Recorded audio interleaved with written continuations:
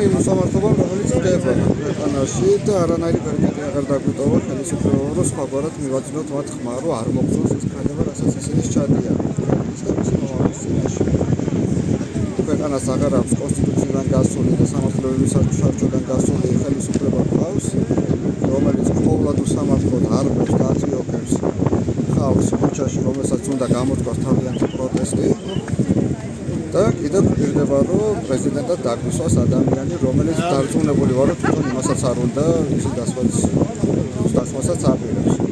და ვდგავართ ქუჩაში იმისთვის, რომ დავაფიქსიროთ, რომ ჩვენ ვართ ლეგიტიმური საქართველოს მხარეს, ლეგიტიმური პრეზიდენტის მხარეს და გვინდა რომ ჩატარდეს არჩევნები, რომელსაც ექნება სამართლებრივი სტატუსი, რომელსაც აღიარებს ჩვენი პარტნიორი ქვეყნები.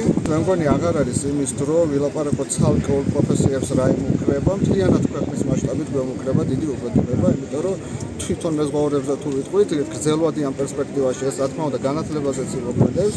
მეზღვაურები ყველანაირად ექვემდებარებიან საერთაშორისო კანონებს, ანუ კონვენციებია, ის რომელსაც საერთაშორისო სტატუსი აქვს და ამ სივრციდან გამოსვლა გრძელვადი პერსპექტივაში იქ მიგვიყვანს, რომ ჩვენ უბრალოდ ნორმალურად მომზადებული და ნორმალურად დიპლომირებული მეზღვაურები შეიძლება არ ყავდეს ხვალე და ზეკი და ისვაში დაჭირდება ესეთი ხალხი რომელ ბაზარზე.